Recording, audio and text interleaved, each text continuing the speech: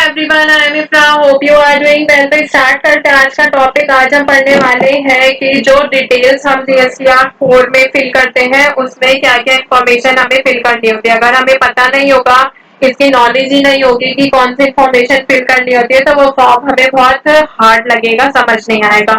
तो सबसे पहले हम जीएसटी की वेबसाइट पर जाते हैं।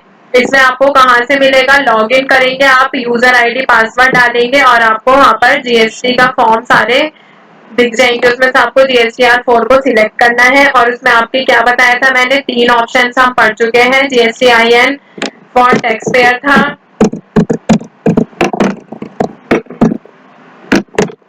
और नेम था रजिस्टर्ड पर्सन का, टर्नओवर, ये सब इंफॉर्मेशन के बारे में आपको बता दिया है। अब फोर्थ क्या है यहाँ पर, inward supplies from registered supplier other than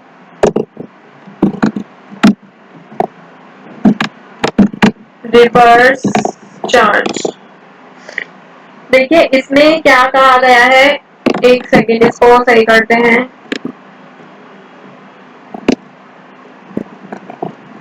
inward supplies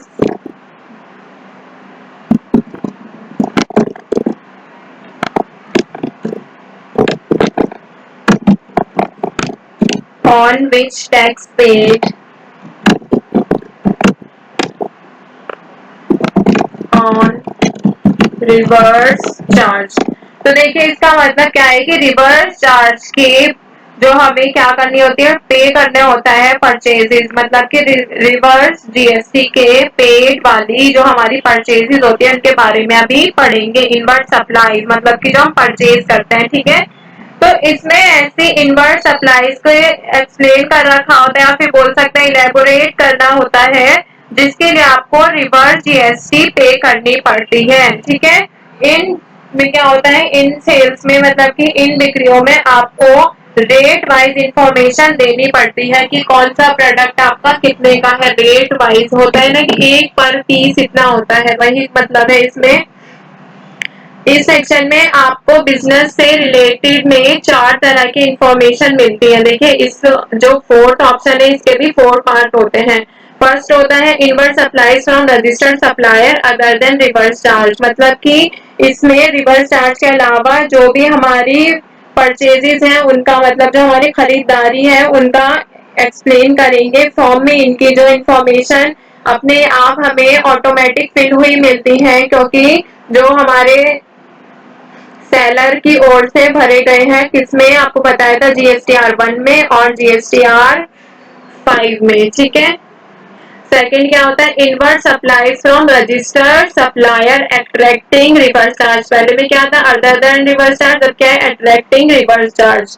तो इसमें आपकी ऐसी खरीदारी का मतलब खरीदारी के बारे में बता रखा होगा जो आपने रजिस्टर्ड सप्लायर से की है, जो आपने किससे परचेज किया है, किसी रजिस्टर्ड सप्लायर से की है, उन पर रिवर्स चार्ज लगा है, ठीक है। थर्ड ऑप्शन में क्या होगा, सप्लाईज फ्रॉम अनरजिस्टर्ड सप्लायर। इसमें आपकी वह सब परचेजेस शो करते हैं जो आपने जीएसटी के बिना रजिस्ट्रेशन के बिजनेस करने वालों से की है, मतलब कि जो जिससे आप खरीद रहे हैं वो पर्सन जो है वो रजिस्टर्ड नहीं है। फिर इसके लास्ट पॉइंट पे आते हैं, इंपोर्ट ऑफ सर्विस। इसका मतलब क्या होता है, इसमें आपकी तरफ से पिछले 3 महीने मतलब कि पिछले क्वार्टर में जो सर्विसेज का इंपोर्ट किया गया है आपको उसको एक्सप्लेन करना होता है, ठीक है। तो एक सप्लाई कैसी होती है, अदर देन रिवर्स चार्ज, एक होती है अट्रैक्ट रिवर्स चार्ज, एक होती है इंपोर्ट ऑफ सर्विस और सप्लाईज फ्रॉम अनरजिस्टर्ड सप्लायर, ठीक है। अब फिफ्थ पॉइंट कौन सा है,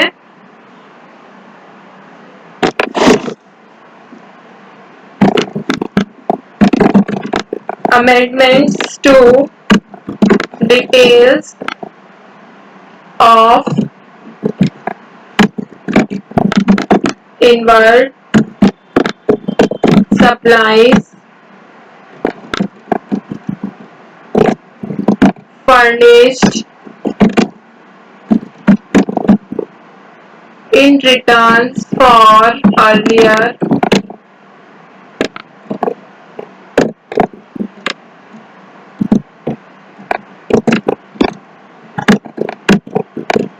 टैक्स पीरियड। तो देखिए इसमें फिफ्थ पॉइंट में अमेंडमेंट्स क्या होते हैं, जितने भी अमेंडमेंट्स होते हैं मतलब कि जो चेंजेस होते हैं, ठीक है।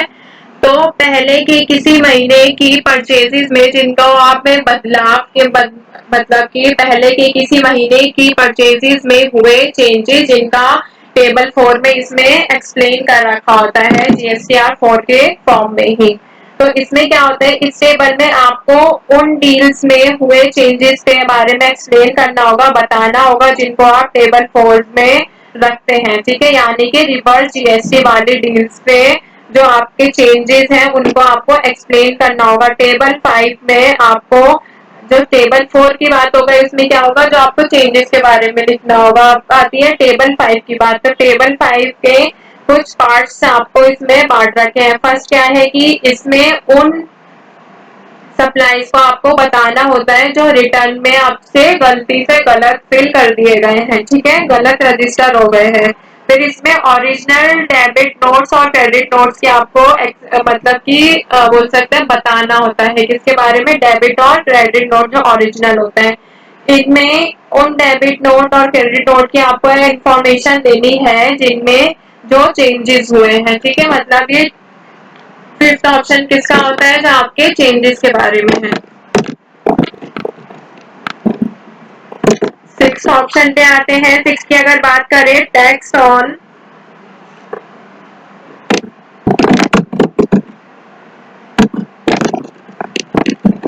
Outward supplies.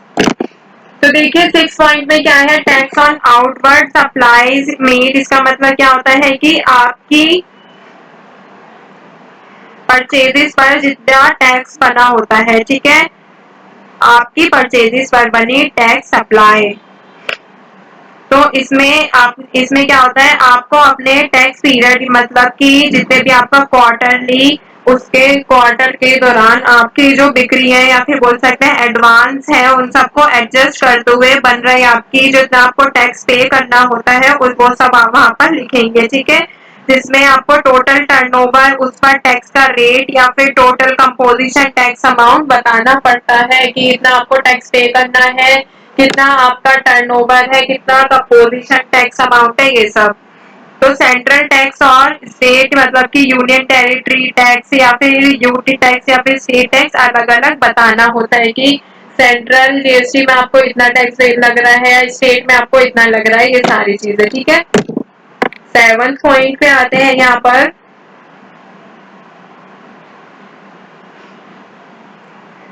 पहले यहाँ पर मैं टॉपिक लिख देती हूँ फिर एक्सप्लेन करेंगे। Amendments to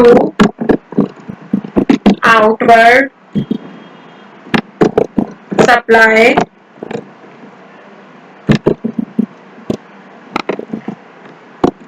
in earlier tax period. तो देखिए ये सेवन पॉइंट है। सेवन पॉइंट क्या कह रहा है, amendments to outward supply in earlier tax period. मतलब कि पहले के किसी क्वार्टर में आपकी जितनी भी बिक्री और टैक्स में जो चेंजेस हुए होते हैं आपको उनके बारे में पॉइंट नंबर मतलब ऑप्शन नंबर 7 में लिखना होता है।